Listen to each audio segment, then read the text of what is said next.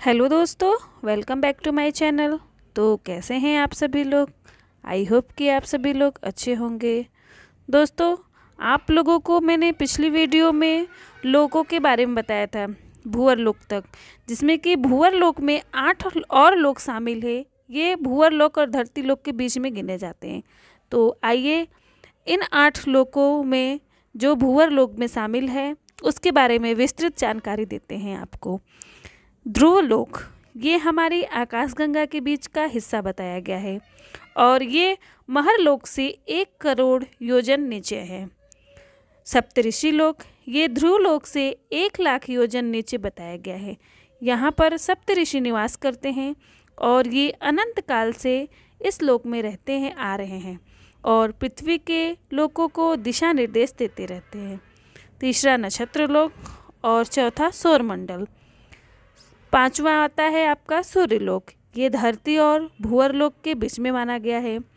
ये धरती से लगभग 1 लाख योजन की दूरी पर है। चंद्रलोक धरती से 30,000 योजन की दूरी पर है और चंद्र भगवान का निवास स्थान है। राहु केतु लोक और 8वां आपका अंतरिक्ष लोक, इसको आकाश लोक भी कहा जाता है। ये धरती से कुछ ही दूरी पर ऊपर की ओर स्थित है। यहाँ पर हवा और बादल होते हैं। ये यक्ष, पिशाच और भूतों का निवास है।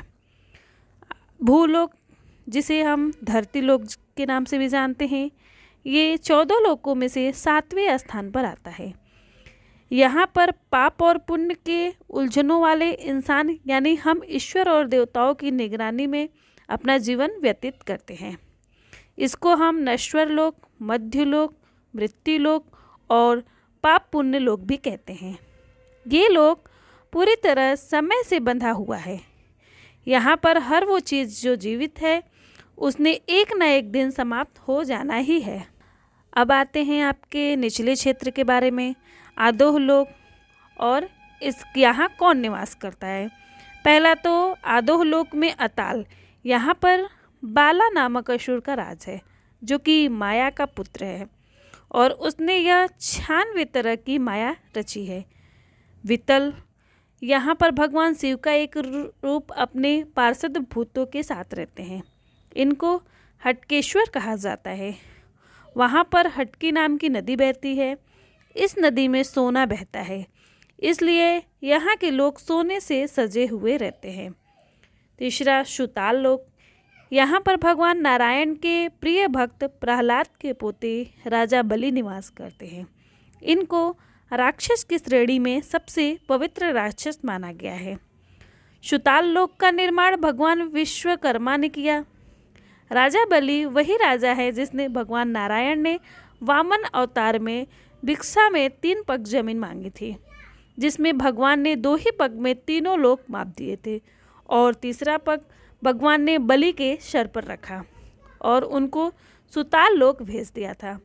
इतने बड़े दीनदानी होने के कारण प्रसन्न होकर भगवान ने उनको सुताल ही नहीं बल्कि अगले जन्म में 2 लोक का राजा बनने का भी वरदान दिया है। तलताल, यहाँ असुर माया निवास करता है। ये असुरों के वास्तुकार भी माने जाते हैं।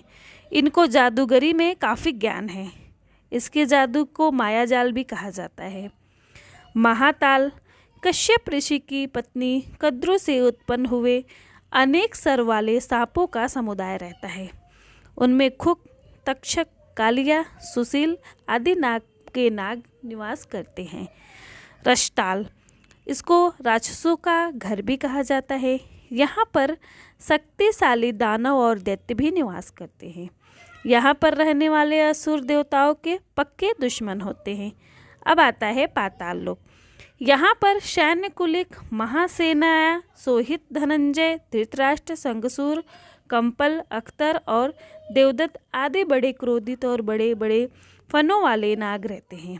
यहाँ के नाग राज वासुकी है और वो यह की राजधानी भोगवती में निवास करते हैं। एक बार नारद जी पाताल लोक से स्वर्ग लोक गए और वहां आकर बताया कि पाताल लोक तो स्वर्ग लोक से भी ज़्यादा सुंदर है। वहां पर सूरज की रोशनी नहीं होने के कारण भी उनके मस्तिष्क में लगी मड़ियाँ इतना प्रकाश करती है कि वहाँ पर प्रकाश की कोई कमी नहीं है। यहाँ पर सुंदर नदियाँ, सरोवर, कमलों के वन भी है। दोस्तों, कहा जाता है कि पाताल लोक से भी नीचे 2 लोक और हैं जो अनस्थायी है। पहला पितृलोक, इस स्थान पर हमारे पूर्वज वास करते हैं। जो आत्मा मरने के बाद पूजनीय हो जाती है वो यहाँ आती है। और दूसरा नरकलोक, ये जगह उनके लिए है जिन्होंने पृथ्वी पर सबसे घिनौने, क्षमा न करने योग्य का काम किया हो। इनको यहाँ सज़ा के तौर पर लाया जाता है और एक बार आत्मा को उसके बुरे कर्मों की सज़ा मिल गई, फिर वो वापस जन्म लेती है या अपने कर्मों के अनुसार अपने स्थान पे चली जाती है। नरकलोक सूर्यपुत्र यमराज के यमलोक के अधीन आता है, जहाँ वो अपने सहायक चित्रगुप्त के रखे गए मनुष्यों के कर्म के अनुसार निर्णय देते हैं। तो थैंक यू दोस्तों, कैसी लगी आप लोगों को ये जानकारी? मुझे उम्मीद है कि आप लोगों को अच्छी लगी होगी। अगर अच्छी लगी तो प्लीज़ राखी फैक्ट्स चैनल को सब्सक्राइब कीजिए, वीडियो को लाइक कीजिए, शेयर कीजिए और कमेंट बॉक्स में कमेंट ज़रूर कीजिए। Thank you.